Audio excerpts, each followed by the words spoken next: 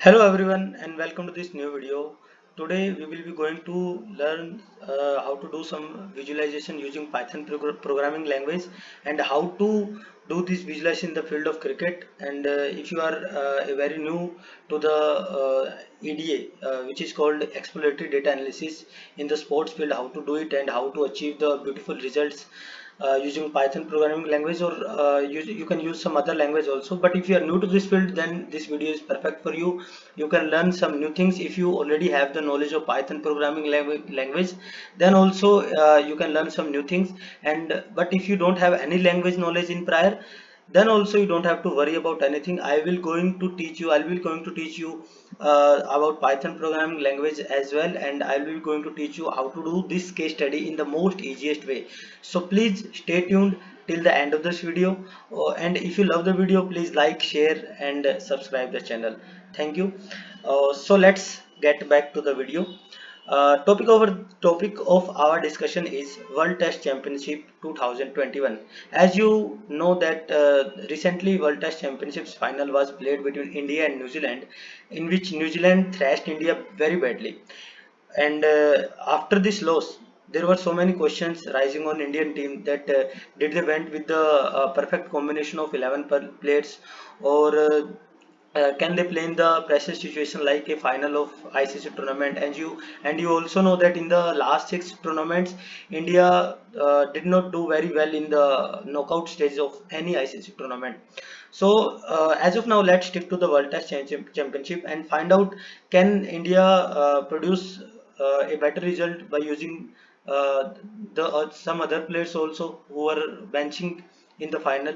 So let's get back to the topic.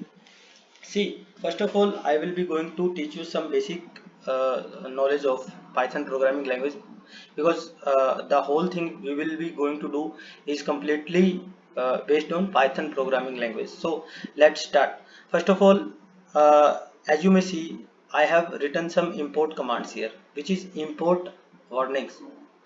Warnings dot filter warnings and then ignore. So what is the meaning of this command? See, whenever we run some code in Python programming, like, or the console I am using, this is Jupyter notebook. If you don't know about Jupyter notebook, you can google it, or you can download the console and you can use the same for Python language. So import warning, what is this command doing? This command is importing the library. The name of that library is warnings. And what is this doing? See, whenever you run some code, there may arise some warnings also. Like, your code will be run, but there can be some warnings. So we don't want that type of warnings arising in our code. We just want our code neat and clean. So that is why I have used this command. You don't have to worry about anything. Just learn about this command and copy paste every time whenever you use Python language. This will be a this will provide you some ease of doing about your case study. So next thing I am doing is I am importing two more libraries. One is pandas and second is numpy. In this particular project, we are not going to use numpy as much, because the kind of data set we are having, we don't have to use that much of NumPy library. And NumPy basically is used for NumPy is full form in numerical Python. Like the kind of things you have to do, like summation, or you have to calculate average, like the kind of mathematical operation, if you want to do on your data set, then this library is very handy. Pandas, we will be going to use pandas is a library which is used for handling the large number of data set or data frame, you can say. Third library which I am going to import is matplotlib.pyplot, and fourth is seaborn. See, both of these libraries are used for data visualization. The basic difference is matplotlib is a very basic kind of library which is used for data visualization, and seaborn is a you can say some advanced version of matplot. This can do some more beautiful things in some more beautiful ways than matplot, but basic is matplot. If you just use matplot, then also you can do and perform all your visualization.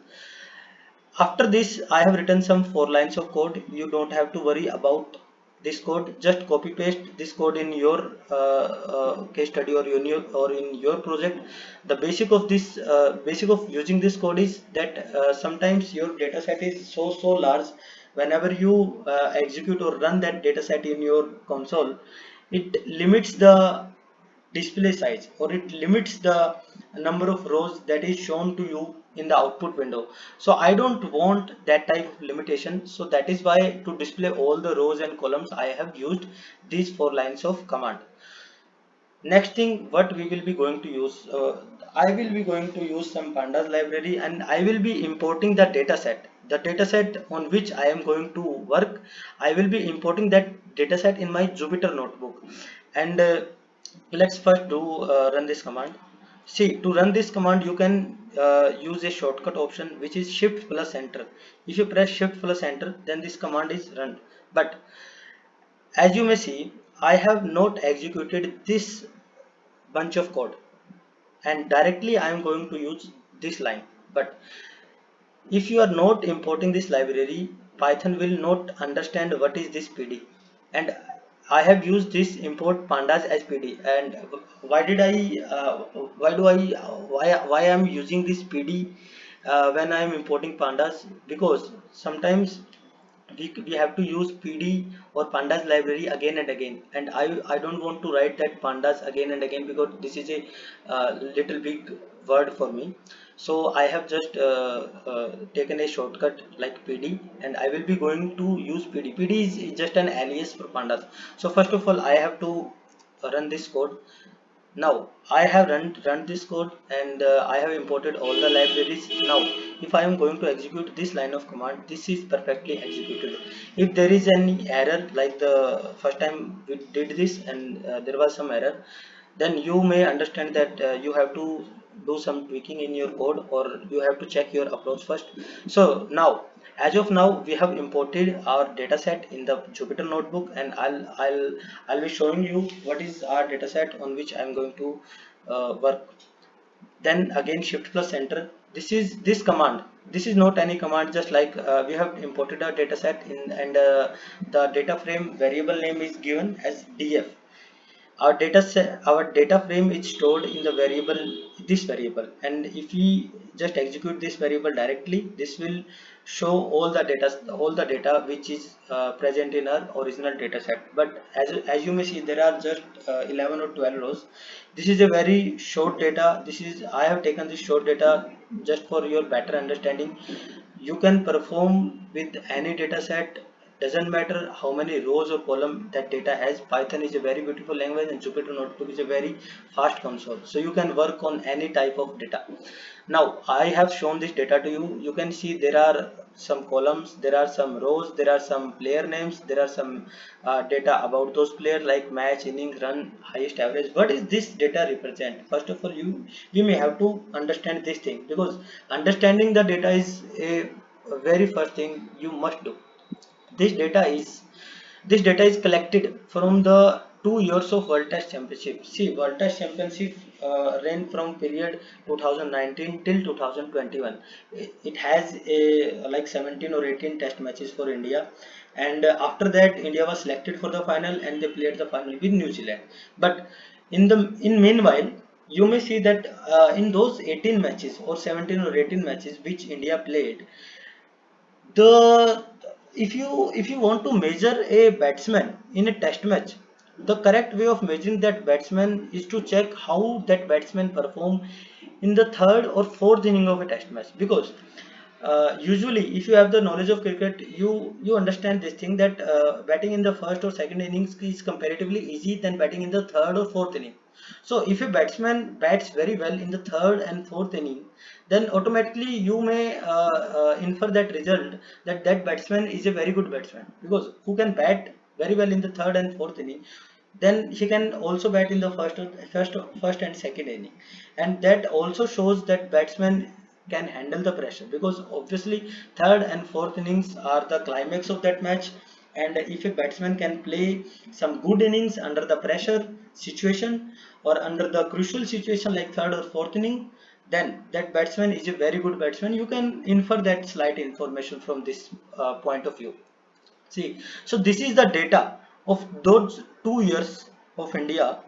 And the you may see there are some players. These players are the like these players have played in the World Test Championship. Some players have played just 3 matches, or some players have played 13 matches. But this data completely represents the stats of these players from just the third and fourth inning. We have not included the stats of first or second inning. We have just included the stats of third and fourth inning. So in the third and fourth innings, if you see, according to the runs, the most runs is scored by Cheteshwar Pujara, which is 341. Cheteshwar Pujara has scored most number of runs in third and fourth inning in the World Test Championship, in the 2 years of World Test Championship, including the final. I have taken this data till the final, from the beginning of World Test Championship until the final. So Cheteshwar Pujara is ranking number one if you rank according to runs, and Prithvi Shaw is ranked the last. I have just taken the top 12 batsmen. There are some other batsmen also, or like bowler also, who had batted in the third or fourth inning, but I have not included them. The reason is very simple. Their stats was not that much, so that we can compare them with other players. So I've just taken top 12 players according to number of runs they have scored. So Prithvi Shaw is on the last, but you can also see that Prithvi Shaw has just batted in 3 matches, or you can say in just 3 innings, and he has scored 32 runs with the average of 10. And Cheteshwar Pujara has scored 341 runs in 12 innings with an average of 28.41. But if you check the performance of these players according to average, then you may see the different scenario. If you score, if you check the amount of hundreds or fifties, how many batsmen have scored how many hundreds or how many fifties, then you may have a different picture. So let's understand this data as of now, and I'm going to teach you all the things about this data, what we can do and how to measure that which is the best batsman according to this data, who has batted in third and fourth innings for India in World Test Championship. So next thing what we are going to do, see, this data is very short. This data just has 11 or 12 rows, but in your case study or in a different case study, we can have the data set which is very long. It can have millions of rows. So this is not advisable to just directly write the name of dataset and run that command, because it will show you all the data in once at once. And if your data is very big, it will be going to take some amount of time to execute that line of code. So instead of running all the rows and columns at once, we can use this function, which is df.head. df.head, what is this function do? See, from the name you can infer that head function is always used to show the head of your data. Let me first execute this command. Now I have pressed shift plus enter and I have executed this command. What is this command showing to you? This command is showing top 5 entries of your dataset. No matter how many rows your dataset has, this command will always be going to show you the top 5 rows, so that you can just have an idea of your data. So what is the data, what it has in it, how many columns it has, and what are the columns name, and what type of data it has. So head command is very useful for this kind of information. Also, you can provide the argument, like how many number of rows you want to check. For example, if I have passed 7 in the argument of head function, if I execute this command, then it is going to show me top 7 rows. So you can use this head function according to your need. Next, what I am going to do, I am going to check that how many rows and how many columns my data set has. For this, I am going to use df.shape function. Why I'm using df again and again? Because this is the name of data frame. And how to use the command? You can use the dot operator, and then you can use the method name or the function name which you want to use. So if I execute this command, this is showing that 12 comma 8. 12, what is this 12? First it shows the number of rows, and then it shows the number of columns. So this is showing that the data set, which is named as df, it has total number of 12 rows and total 8 columns. Now This data is very short, so you can visually see that this data does not have any blank values. But in the case of a very big data, you cannot visually check this thing. So for checking those things visually, or you can, so first of all let me show you how to check these things visually. If you use this command df.isNull, and if I execute this command, this command is what this command is doing. This command is iterating in every row and every column, and it is checking that is there any entry present in that particular index.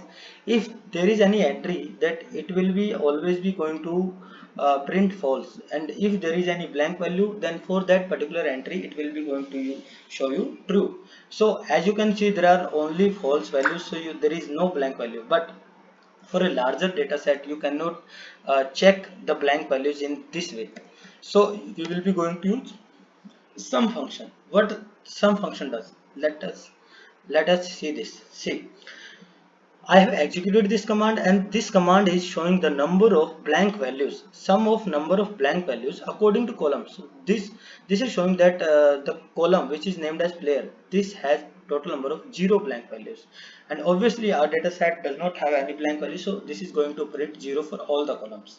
And if your data set has any blank value, then it will show you the number of blank value, what is the result, and then it is on you that how to interpret or how to handle those blank values. You can remove the values, or you can impute the values according to your need. Now we are going to sort this data. Like you have understand sorting you can do on any parameter. And what I am going to do, I am going to sort this data on basis of average. See, I have already told you this data set is ranked according to number of runs, but this does not give us the clear picture, because uh, for me average is a better parameter to judge any player, and number of runs sometimes does not give you clear picture. So that is why I am going to sort this data according to average. For this I have used this command df.sort underscore values. This is the method we are going to sort underscore value, and I have used ascending equal to false. Ascending equal to false is simply it is going to sort your data and represent you in a way that ascending will be equal to false. So this will represent the player on the top with the highest average, and accordingly on the last ranking it will show you the player with the least average. So let us first run this code and show you. Let me show you the output. So this is the output after running this code. This has already sorted the data according to the average. The player who has the highest average is ranked on the top of the list, and the player with the least average is ranked on the last page of the list, last row of the list. So but there is some problem with the indexing of this data set, because the indexing is completely changed here. We don't want 6 here, we want 0. We don't want 10 here or 0 here. We want the indexing according to this current data set, not the previous indexing. For that we will be going to use the function reset underscore index. In place you always have to put true, and drop you always have to put true, because we don't want the we want the new indexing to be placed, but we don't want the previous indexing also to be used in this data. So that is why we are using drop equal to true. And what is this command doing? In place equal to true. In place is handling your data in a in a structured way, and this is not going to shuffle your data. So that is why I have used these two arguments. And if I execute this command, then what is the output? This is the output. So now you may see that you have the very clear output. Indexing is very perfect, and the kind of data you wanted, it is there for you. You have represented the whole number of layers according to the ranking of average. So now this is the last part of our case study, and we will be going to represent this data visually. in a bar chart, you can say. But how we will be going to do this, or how to represent this data visually, so that you can submit this data to anyone, or you can show this data to the whole world on social media, or in whichever way you want to use this data. Visualization is always a better way of representing your case study. So first of all, this is a something like a very big line of codes, but don't get afraid of this line of codes. This is a very simple line. This is a very simple code, and I am going to teach you step by step. First of all, the kind of figure we want to generate, we have to first pass the size of that figure, and for that I am going to use a variable which is named as fig underscore dims, and I have passed the dimension 15 comma 7.5. This is just going to, you can understand this, that I am going to print my output in a ratio of 2 ratio 1. I have passed this fig underscore dims variable in the command plt.subplots, and I have passed the figure size equal to fig underscore dms. Now, what is this command doing? DPI. DPI is used for the kind of picture you are going to print. What you can say, what pixels or in what resolution it will be printed. So that is why I am going to use this command DPI equal to 120, and you can increase the input of this command from 120 to 220 or 320, or you can less according to your needs, according to your need, what kind of picture you want, how many resolution it should have. So that is why this command is used. So I hope you are completely like understanding the code I am explaining to you.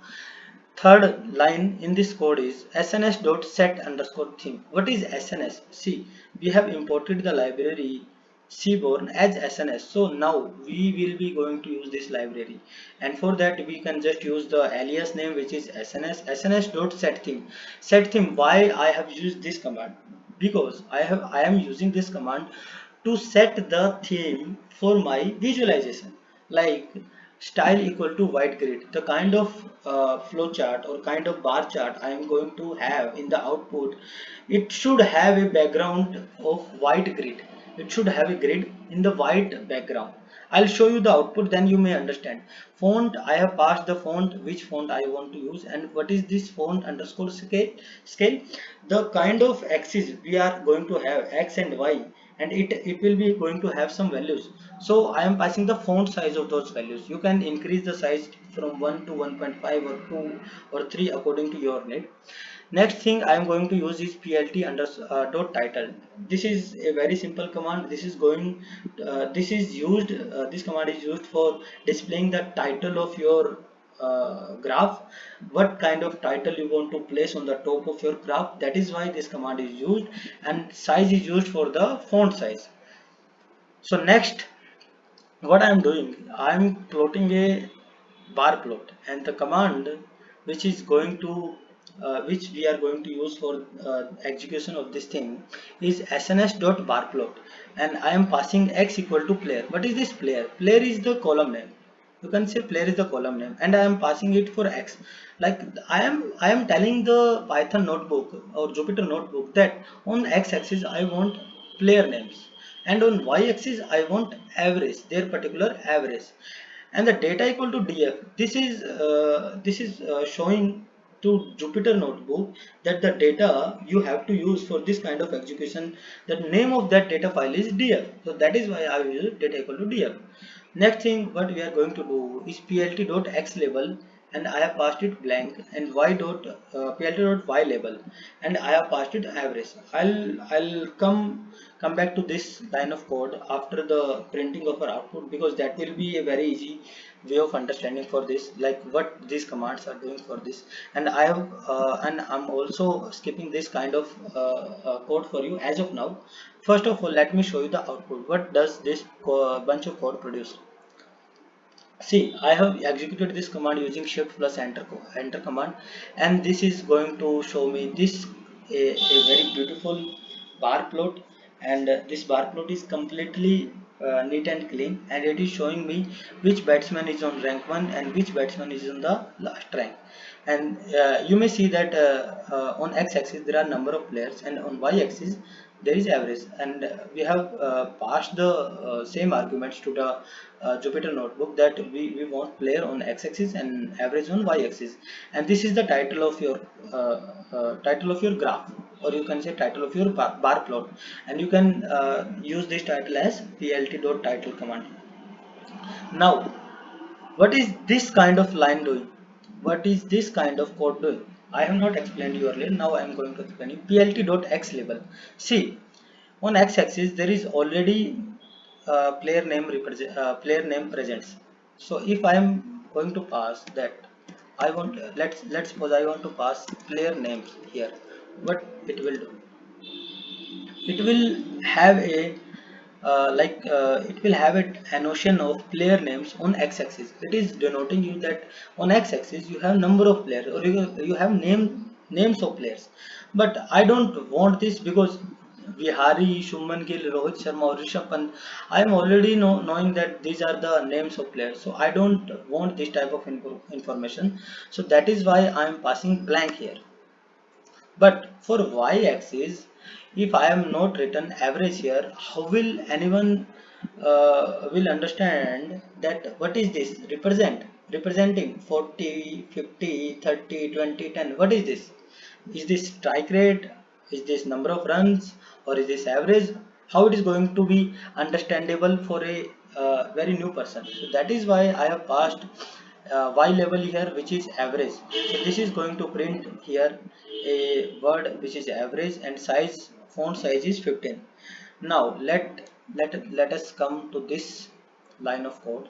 What is this doing? See, let me first show you without using this four line of code what is our output.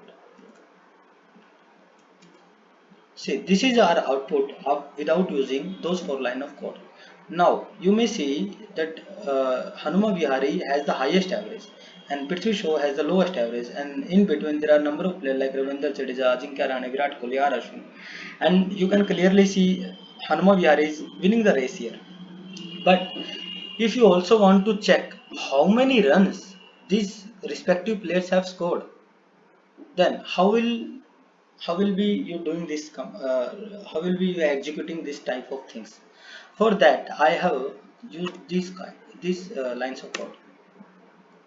What this line is doing, let me explain you. I am using a loop function here. What is this loop function doing? For I in range length bracket df. What is this length bracket df function is doing? This is calculating the number of rows in that data set. And range function, what does range function do? Range function provides you the kind of range starting from 0 till the maximum value you have. For example, if we run this code length and bracket df, this is going to represent you total number of rows, and we already know that we have total number of 12 rows. So the range function will have the argument 12. So range function is going to work from 0 to 11, because 12 is our maximum value, but this always starts from 0, and it runs from 0 till the end of the your maximum value, but minus 1 of that maximum value. So this range function is providing value to this I from 0 to 11. So this loop function is running for 12 times, starting from 0 till 11. And bar dot text, what is this bar dot text function doing? This function is used for printing any kind of text you want on your graph, and I want to use this function for printing the number of runs on the bar, on the particular bar of any particular player. So I have passed the argument here I is the I is representing x-axis, average is representing y-axis, and runs are runs. What does runs represent here? Runs represent, it does nothing, it just print the value of runs, how many runs that particular player has scored. This is the kind of code it has been storing those values. Horizontal alignment equal to center, so this is going to place your text in just in the center of that particular bar, and font size is equal to 4. Let me let me comment this line and execute the above line for you. Now, when I am executing this line, it is clearly and in a beautiful way printing the number of runs each player has scored. But again, what does this 201 represent? What does this 244 represent? So, to knowing or to have a better clarity of your graph, I am just printing a word runs here on every for every kind of layer, for every kind of runs. I'm just printing a word, simple word runs here. For that I am again running that loop and I am passing, and wait a minute, I'm just passing run string here. So when I'm using this code as well, and let me show you the output. This is the output you will be going to get. So this is the output which is very clearly telling you what kind of picture you have. And Hanuma Vihari has the highest average in the 2 years of World Test Championship, and it is showing the average of other players as well, and also it is showing you the number of runs these players have scored in World Test Championship in third and fourth inning. So using this kind of approach or using Python programming languages, you can draw some beautiful graphs and you can also export these graphs. One way is simply opening this image in a new tab and downloading this image and using this image according to your need. Also, you can use a built-in function which is save.pltfig. This kind of function it has. I am right now I'm forgetting the right syntax, but you can use that function as well. What does that function will do? That will automatically save the image or automatically save your plot in your local system. Also, you also have to understand or take care of one thing, that the kind of data set I'm using here, this data set is stored in my local machine. So first of all, you must have to have that data set in your local machine. Then you will import that data set in Jupyter notebook. Then you are going to perform the kind of operation according to your need on that data set. So this is the output that we want, and you can see this is a very beautiful graph, and you can use this graph for your case study or whatever in whatever way you want to use, you can use this. So this was the ADA, and I have shown you how to print some data visualization in the field of cricket using Python programming language in the most simplest way. I have tried teaching you this, and um, still if you have any doubt in relation to this code or in relation to your any other project which is based on Python programming language, you can comment below this video. Or if you have liked this video, please share this video to your friends also and subscribe the channel. Also, please put your valuable comments. And again, I am telling you, thank you for watching this video, and have a nice day. Thank you.